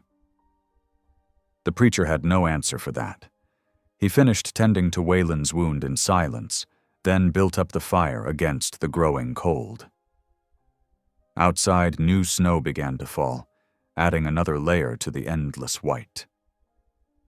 I'll bring more firewood this afternoon, he said finally. Try to rest. But rest wouldn't come. As the preacher's footsteps faded, Wayland stared at the ceiling, tormented by images of Audrey struggling through snow with 2 helpless infants. Had she found shelter? Had the babies survived? Had his selfish acceptance of her offer condemned 3 innocent lives? The days dragged on, each bringing new whispers, new accusations. Marshal Cole made several visits to the cabin, asking pointed questions about Wayland's business in the territory, about his relationship with Audrey, about the twins' origins. Each time, Wayland gave the same truthful answers. Each time, the marshal left looking more skeptical. You understand how this appears, Cole said during one such visit, standing stiffly by the door. A known wanderer shows up shot, carrying infants. A widow with no family takes them and disappears. No proof of guardianship, no word for months. It has all the markings of something illegal. "I've told you the truth," Waylon insisted, voice rough with frustration. "The mother died on the trail. She made me swear to get them to safety. Audrey was helping keep that promise when I couldn't." "So you say." The marshal's face remained impassive. "But without documentation, without witnesses, without the widow or the children to verify your story," he shrugged, "the law requires more than one man's word." The law. Always the law. Waylon had spent enough years on the frontier to know how the law could be twisted to serve power, rather than justice. He'd seen it used against Indians, against settlers, against anyone who stood in the way of progress and profit. Now he watched helplessly as it turned against him and Audrey. The marshal's notices about the land taxes multiplied. Town council meetings buzzed with discussions of moral character and public safety. Even the preacher's visits grew more cautious, more weighted with unspoken worry. "They're trying to build a case," Reverend Walsh warned one particularly bitter evening. "If Audrey doesn't return soon with proof of the twins' legal status, they'll take my land and likely throw me in jail," Waylon finished grimly. "And if she does return?" The preacher hesitated. "There's talk of charging her as an accomplice, unless you can prove everything happened exactly as you've said." Waylon closed his eyes, sick with guilt. He'd drawn Audrey into his troubles, and now her reputation, perhaps her freedom, hung by the thin thread of documents she carried. If she still carried them. If she still lived. The town's judgment fell heaviest on Audrey in her absence. Women who had once greeted her in the mercantile now crossed the street to avoid the preacher, lest he mention her name. Martha Whitaker held court after Sunday services, reminding anyone who would listen that she'd always known that Carter widow wasn't right. Living all alone out there, taking in strange men, running off with babies that weren't hers to take, she would say, voice dripping with false concern. "Mark my words, there's darkness in that one's heart." The preacher tried to defend Audrey's character, speaking of her kindness, her faith, her willingness to help those in need. But darkness spreads faster than light in small towns, and suspicion grows better than trust in winter's thin soil. By the time February arrived, even those who had once shown Audrey kindness began to distance themselves from her memory. Her absence became proof of guilt in the town's eyes.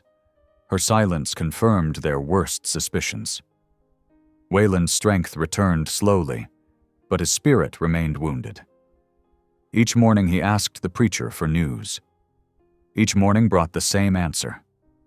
Nothing. No word from Bitter Creek, no sign of Audrey, no proof of the twins' safety. He took to standing at the cabin's single window, watching the snow fall endlessly.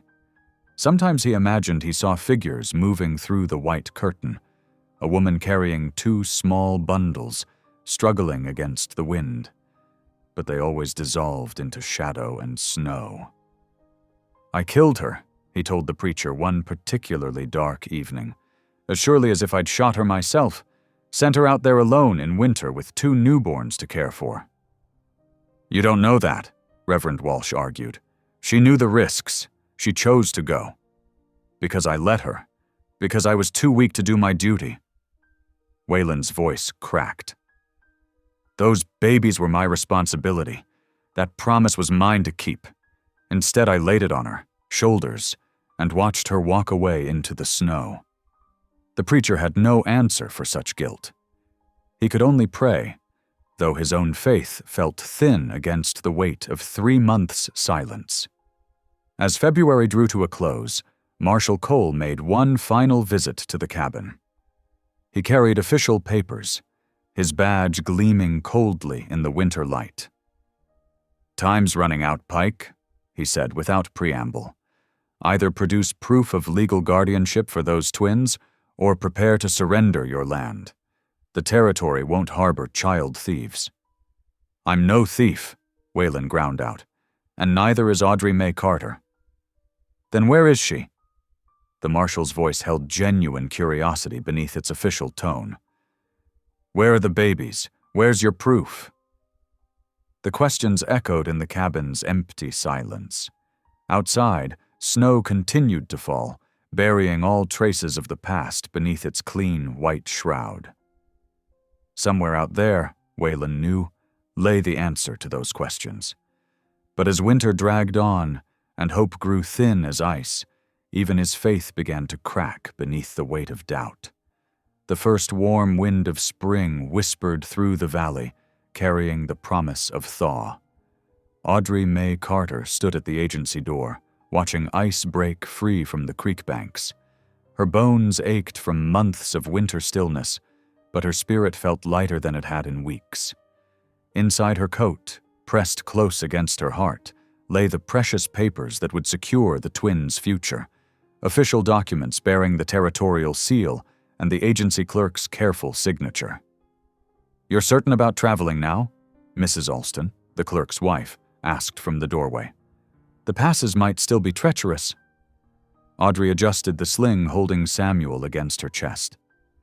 The boy had grown sturdy over the winter months, his dark eyes alert and curious. Beside her, Aaliyah dozed in a basket, finally healthy after her long illness. "I've waited as long as I dare," Audrey replied, her voice soft but determined. "There are people waiting, worried, and the twins need a proper home." Mrs. Alston nodded, understanding in her eyes. She'd spent enough winters on the frontier to know how silence could wound those left behind. "At least take some extra provisions. The spring mud can slow a body down worse than snow sometimes." Audrey accepted the offered supplies with gratitude. The agency wife had become something of a friend during their shared vigil over Aaliyah's sickbed. Now she helped Audrey pack everything carefully: dried meat and hard biscuits, extra swaddling cloths, a small pot of healing salve. "Thank you," Audrey said simply, "for everything." The women embraced briefly. Then Audrey lifted Aaliyah's basket and stepped out into the warming morning. The agency clerk stood by the hitching post, holding the reins of a sturdy mountain pony. "It's not much," he said apologetically, "but she's sure-footed and gentle. Consider it payment for your help with the winter inventory." Audrey's eyes welled, with tears. The pony would make all the difference. She'd been preparing herself for another long walk. "I'm much obliged, Mr. Alston." He helped her secure the twins' basket and her supplies, then stepped back with a formal nod. "Safe journey, Mrs. Carter. You've done a good thing here." The first mile passed slowly, as Audrey accustomed herself to riding while managing 2 infants. But the pony proved as steady as promised, picking its way carefully along the muddy trail. By mid-morning, Bitter Creek settlement had disappeared behind the hills, and Audrey found herself settling into the rhythm of travel. She stopped frequently to feed and change the twins, using each break to check her bearings against the sun. The winter's enforced stay had given her time to study the route carefully, marking the safest camping spots and water sources on a rough map. Now she pulled it out, plotting her progress deliberately. "See there?" she told Samuel as she nursed him. "That's where we're headed. Home." The word caught in her throat. After so many months away, would the little line shack still feel like home? Would Waylon Pike have survived his wounds? Would the town's judgment have hardened into something unforgiving? She pushed the worried thoughts aside and focused on the immediate task, getting safely through the day's journey. The spring mud made travel slower than she'd hoped, forcing long detours around boggy meadows where winter's melt had turned the ground treacherous. But Audrey refused to let impatience rush her into danger. She'd come too far, worked too hard, to risk everything now. As evening approached, she made camp in a sheltered grove she remembered from her outward journey. The twins were calm, used to the routine of travel after 3 days on the trail. Audrey fed them, changed them, and tucked them into their basket near the fire. Then she sat cross-legged beside them, pulling out the precious papers once more. The firelight caught the official seals and signatures as she spread the documents carefully on her lap. Here was proof of everything: the dead mother's affidavit naming Waylon Pike as guardian, witness statements confirming the circumstances, the agency's formal recognition of the twins' status as free wards. She'd read them so many times she had every word memorized, but still she checked them again, rehearsing what she would say when questioned. "Yes, Marshal. Here is the mother's own statement, witnessed proper and legal. Yes, Reverend, everything was done according to law and conscience. No, Mrs. Whitaker, there was nothing improper, only mercy shown to those in need." Samuel made a soft sound in his sleep, and Audrey tucked the papers away. She hummed quietly, a hymn her mother used to sing about providence and protection. The night settled around them, peaceful rather than threatening. Spring peepers called from a nearby pond, their chorus replacing winter's hollow silence. Each day followed a similar pattern: careful progress through the morning, rest during the heat of afternoon, making camp well before dusk. Audrey kept track of every mile in her journal, noting landmarks and calculating distances. The twins thrived despite the journey, growing more alert and active with each passing day. "You're going to be a handful once you're walking," she told Aliyah one afternoon, watching the girl kick energetically during a diaper change. "Both of you are." The thought brought a smile to her face, imagining a future where these children would grow up free and safe, their status protected by the papers she carried. The fourth night, she made camp near a familiar creek crossing. Tomorrow they would enter more populated territory, where she might encounter other travelers. Audrey spent extra time that evening preparing what she would say, how she would present herself. The papers would protect the twins legally, but she knew appearance and manner mattered too. She cleaned herself as best she could in the creek's cold water and mended a torn sleeve on her riding dress. The babies she dressed in their cleanest gowns, wrapped in the soft blankets Mrs. Alston had given them. Even their basket she tidied, determined that everything should speak of proper care rather than desperate flight. "We'll show them," she whispered to the sleeping twins. "We'll show them that mercy doesn't mean weakness, that doing right matters more than doing what's expected." The moon rose full and bright over the camp, casting everything in silver light. Audrey sat beside the fire, counting stars as she had during those first desperate nights of the outward journey. But now each star seemed to shine with promise rather than warning, and the night wind carried hope instead of threat. She pulled out her journal and added the day's accounting. Miles traveled, landmarks passed, supplies used. Then she turned to a fresh page and began writing something new. Her testimony. Carefully, clearly, she set down everything that had happened since that winter afternoon when she'd heard two thin cries in the gathering dusk. Every choice, every struggle, every moment of grace. "Some will want to twist this story," she told the sleeping twins. "They'll try to make it mean something it doesn't, try to turn mercy into suspicion. But the truth is simple. Love made demands, and we answered. That's all." The next morning dawned clear and warm. Audrey packed up camp with practiced efficiency, securing the twins in their traveling positions. She checked the precious papers one final time, making sure they were safe in their oilskin wrapper against her heart. Then she mounted the pony and turned its head toward home. "We're coming," she whispered, as much prayer as promise. "Hold fast, all of you. We're coming home with proof and purpose, just as I swore." The pony moved forward steadily, hooves finding purchase in the spring mud.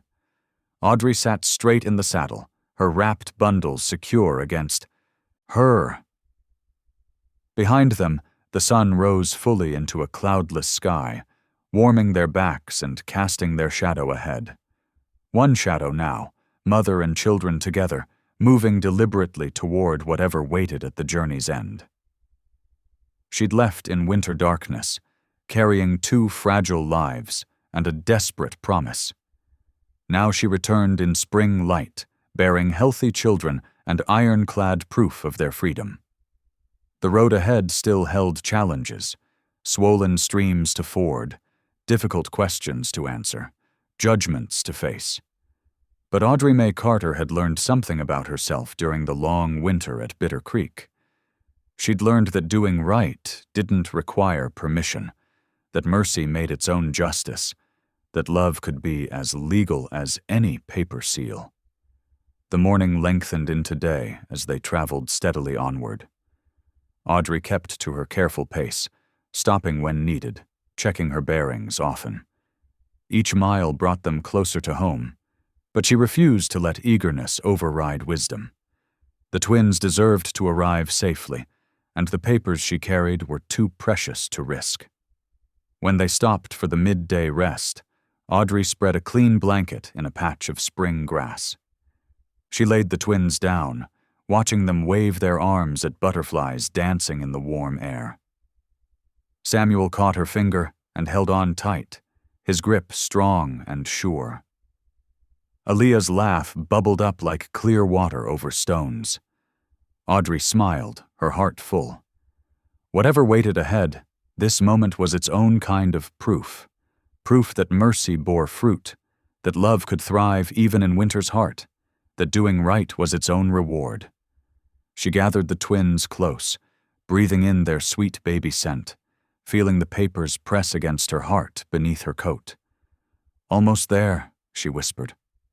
"Almost home." Late afternoon sun cast long shadows across Main Street as Audrey guided her pony between the weathered buildings. The twins, nestled securely in their sling against her chest, drew curious stares from townsfolk pausing in their daily routines. She sat straight in the saddle despite her travel-worn appearance, her face tanned and lined from weeks on the trail. Mrs. Whitaker stood frozen on the general store's porch, a basket of dry goods forgotten in her hands. 2 ranch hands stopped their wagon loading to watch the unlikely procession. Behind drawn curtains and half-open doors, whispers rippled down the street like wind through prairie grass. "It's the Carter widow? She's alive? Those babies." Audrey kept her eyes forward, focused on the familiar path leading to her shack. The pony's hooves clicked steadily on the hard-packed earth, marking time with her heartbeat. She'd imagined this moment through countless cold nights, but now that it had arrived, she found herself holding her breath. The shack came into view around the last bend. Smoke rose thin but steady from the chimney, a sight that made her throat tighten with emotion. Someone was there. Someone had kept the home fire burning. As she drew closer, the door opened. Waylon Pike stood in the doorway, leaning heavily on a crude crutch. His face was gaunt, beard grown wild, but his eyes were clear and fixed on her with an intensity that made the rest of the world fall away. Audrey drew the pony to a halt. For a long moment, neither spoke. The only sounds were the soft cooing of the twins and the whisper of spring wind through new leaves. "You made it," Waylon said finally, his voice rough with disuse and feeling. "We all did," Audrey replied softly. She dismounted carefully, keeping the twins secure against her. Her legs trembled slightly from the long ride, but she stood steady. Waylon moved to help her, then stopped, uncertain. "The babies? Healthy and strong." Audrey stepped closer, turning so he could see their faces. "Samuel here hasn't stopped growing since Bitter Creek. And Aaliyah, well, she gave us quite a scare, but she's as sturdy as her brother now." Waylon's hand shook as he reached out to touch first one tiny head, then the other. "I thought—" He swallowed hard. "When winter came and no word." "I know." Audrey's voice was gentle. "The snow trapped us at the agency while Aaliyah was sick. But look. She shifted the twins to one arm and drew out the precious papers with the other. Everything legal and proper. They're free, Waylon. Really and truly free. He took the documents with reverent care, reading through them slowly.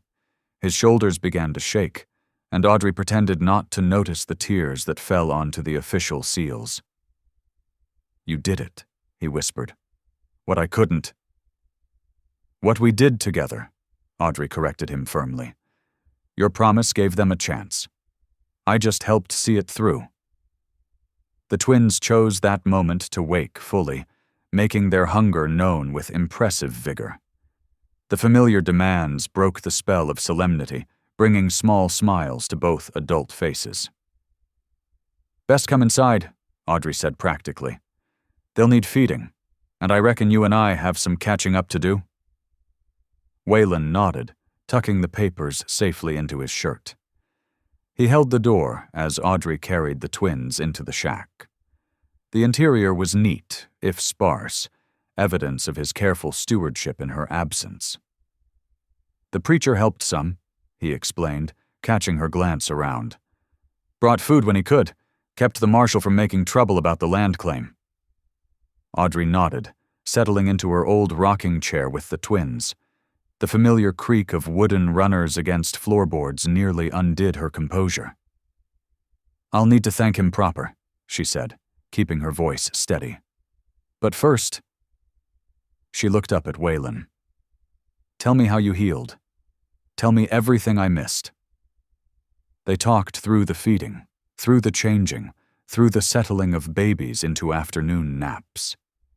Simple words, quiet voices, but each sentence helped bridge the months of separation and worry. Later, there would be questions to answer and explanations to give. The town would want its say, and proper forms of justice would need to be satisfied. But for now, in the gentle quiet of the shack, 4 souls who had started as strangers found themselves bound together by promise, survival, and something that felt remarkably like hope. Marshal Cole stood behind his desk, examining the papers with careful attention. Afternoon light slanted through the office windows, catching dust motes in its beam. The crowd that had followed Audrey from the street now pressed against the doorway and windows, their whispers falling silent as they waited. Audrey stood straight despite her exhaustion, one hand resting protectively on the twins' sling. Waylon remained by her side, his crutch creaking softly as he shifted his weight. The marshal's fingers traced the Bitter Creek Agency seal, testing its authenticity. "This is Clerk Alston's mark," he said finally, looking up. "I know his hand." "Yes, sir," Audrey replied evenly. "He recorded everything proper and witnessed. The twins are legally registered as free wards under Mr. Pike's guardianship." A murmur rippled through the watching crowd. Mrs. Whitaker's sharp intake of breath was clearly audible. "You were gone near 4 months, Mrs. Carter," the marshal noted, his tone careful. "That's quite a delay for a simple filing." "Nothing simple about it, Marshal," Audrey answered, her voice steady. "Little Aaliyah here took fever at the agency. Doctor said moving her would kill her sure as winter itself, so we stayed until she was strong enough to travel." She met his eyes directly. "I reckon any parent would have done the same." The marshal held her gaze for a long moment. Then he nodded slowly and reached for his ledger. "Given these legal filings, there's no cause to proceed with the land seizure against Mr. Pike's property." He made a careful notation, then stamped it officially. "The notice is withdrawn." The watching crowd stayed unusually quiet, many faces showing shame as Audrey's simple truth dispelled months of cruel speculation. Even Tom Wilson, who'd been loudest about that Pike fellow's schemes, couldn't meet anyone's eyes. "Much obliged, Marshal," Audrey said quietly. She gathered the precious papers and tucked them carefully into her coat. "If there's nothing else, these little ones need their afternoon feeding." The marshal shook his head. That's all, Mrs. Carter. You've done what the law requires. More than that, truth be told. As the crowd began to disperse, Reverend Matthews stepped forward from the doorway. His weathered face showed the strain of months of silence. He cleared his throat, drawing everyone's attention back. "Wait," he called out, his voice rough with emotion. "There's more needs saying here today." The townsfolk paused, turning back. Audrey and Waylon remained where they stood, the twins sleeping peacefully against her chest. "I failed," the preacher declared, his words falling into the hushed office like stones into still water. "Failed, as a minister of God's word, and failed as a man." He gripped his worn Bible tightly. "When Mr. Pike lay wounded, I gave the bare minimum of help, and that grudgingly. When rumors spread about Mrs. Carter's absence, I stayed quiet instead of speaking truth and mercy." Mrs. Whitaker dabbed at her eyes with a handkerchief. Tom Wilson studied his boots intently. "We've made a habit in this town," the Reverend continued, "of turning our backs on those who need us most. Widows struggling to keep their land, strangers seeking shelter." His voice strengthened. "We quote scripture on Sundays but forget its meaning by Monday morning." Waylon shifted on his crutch, but his eyes showed respect for the preacher's words. "The good book tells us to care for widows and orphans in their distress," Reverend Matthews said. "Mrs. Carter has shown us what that looks like. While we sat warm in our homes spreading tales, she carried 2 innocent babies through winter itself to secure their freedom." He turned to face the townspeople directly. "It's time we repented of our hard hearts and remembered what it means to be neighbors." The marshal nodded slowly from behind his desk. Several people murmured, "Amen," softly. "So I'm asking forgiveness," the preacher concluded, looking first at Audrey, then at Waylon. "From you both, and from God Almighty, we've got to do better by each other in this town, starting today." The office fell silent except for the soft sounds of the twins breathing. The afternoon light seemed to soften, as if blessing the moment of truth. Mrs. Hattie Bloom stepped forward from the crowd, her practical nature taking hold. "Well then," she said, straightening her apron, "those babies need proper beds, and you both look worn to the bone. I've got 2 rooms above the boarding house standing empty." "And I've got a cradle in my attic," Mrs. Wilson called out. "My youngest's long past needing it." Like a dam breaking, offers of help began flowing. Mr. Peterson promised fresh milk each morning. The carpenter's wife mentioned extra blankets. Even Tom Wilson muttered something about having spare firewood. Waylon shifted his weight, glancing at Audrey before speaking. "Much obliged," he said slowly, "but I mean to take the twins back to my land, soon as I can manage it." He paused, gathering courage. "And Mrs. Carter, Audrey, I'd be honored if you'd help me raise them proper.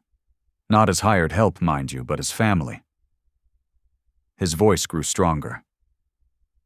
"These children need a mother's heart as much as a father's protection." Audrey's eyes filled with tears, but her voice was steady. "Those babies became mine the moment I heard their cries in that ravine," she said. "I reckon we're already family." Mrs. Bloom nodded approvingly. "Then it's settled. Now let's get you all fed and settled while the menfolk help clear Waylon's property line. Seems to me these little ones deserve a proper welcome home." The twins stirred against Audrey's chest, as if sensing they had finally, truly found their place. Sunlight streamed through the church's simple glass windows, casting rainbow patterns across the wooden pews where the entire town had gathered. The small building seemed to glow with warmth, despite the early spring chill outside. Reverend Thomas stood at the baptismal font, his earlier humility now transformed into quiet joy. Samuel and Aaliyah, dressed in white gowns sewn by the ladies of the town, rested peacefully in Audrey and Waylon's arms. "These children," the Reverend's voice carried clear and strong, came to us as strangers. Today we welcome them as our own." The congregation rose as one, their shadows stretching toward the altar. Mrs. Bloom dabbed at her eyes with a handkerchief, while Mr. Wilson stood straighter than anyone had seen since his own children's baptisms. Through the open church door, the sound of rushing water carried from the creek below.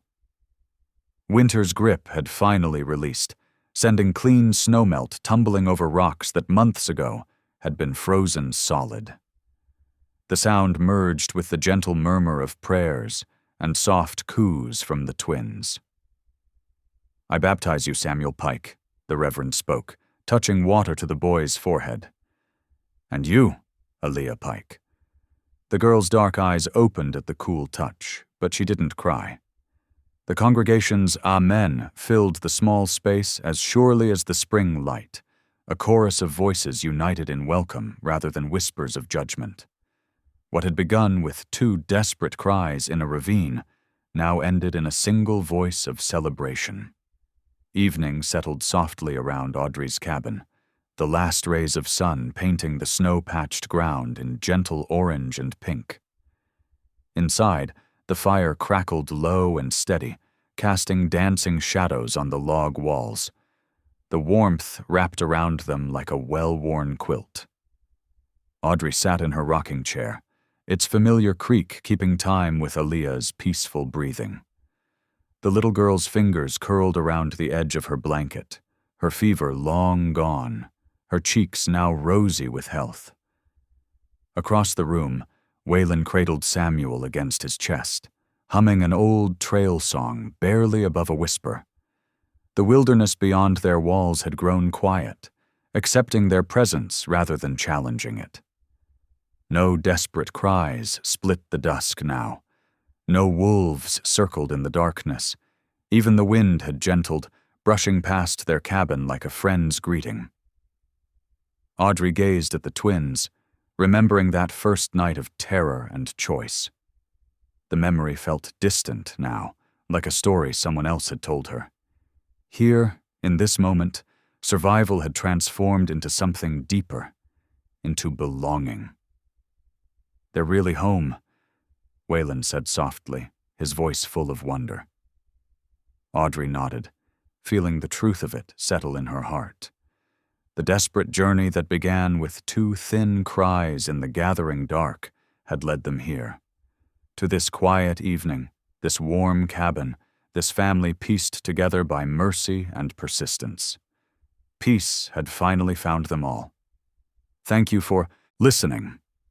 Stories connect us in the most unexpected ways. If you felt that spark today, make sure you're subscribed. I share a new one daily, and the next might change your day.